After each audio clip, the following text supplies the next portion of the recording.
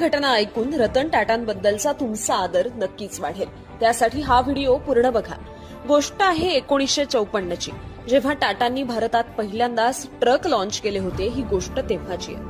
टाटांच्या ऑफिसमध्ये lunch break व्हायचा. त्यावेळी टाटांचे सगळे उच्चपदस्थ अधिकारी एकत्र बसून जेवण करत असत.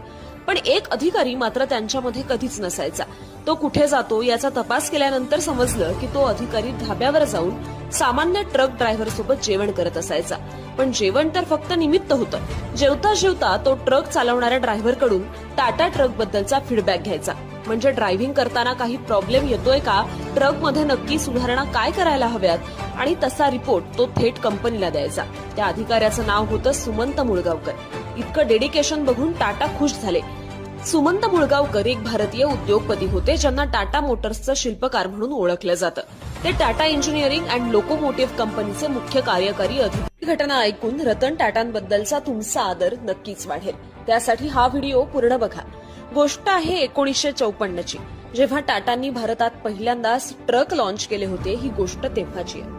टाटांच्या ऑफिसमध्ये लंच ब्रेक व्हायचा. त्यावेळी टाटांचे सगळे उच्चपदस्थ अधिकारी एकत्र बसून जेवण करत असत. पण एक अधिकारी मात्र त्यांच्यामध्ये कधीच नसायचा.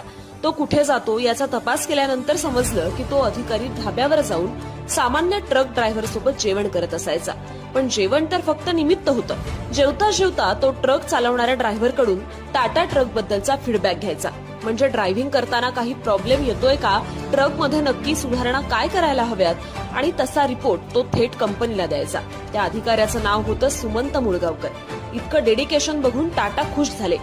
सुमंत मुळगावकर एक भारतीय उद्योगपती होते, ज्यांना टाटा मोटर्सचं शिल्पकार म्हणून ओळखलं जातं. ते टाटा इंजिनिअरिंग अँड लोकोमोटिव्ह कंपनीचे मुख्य कार्यकारी अधिकारी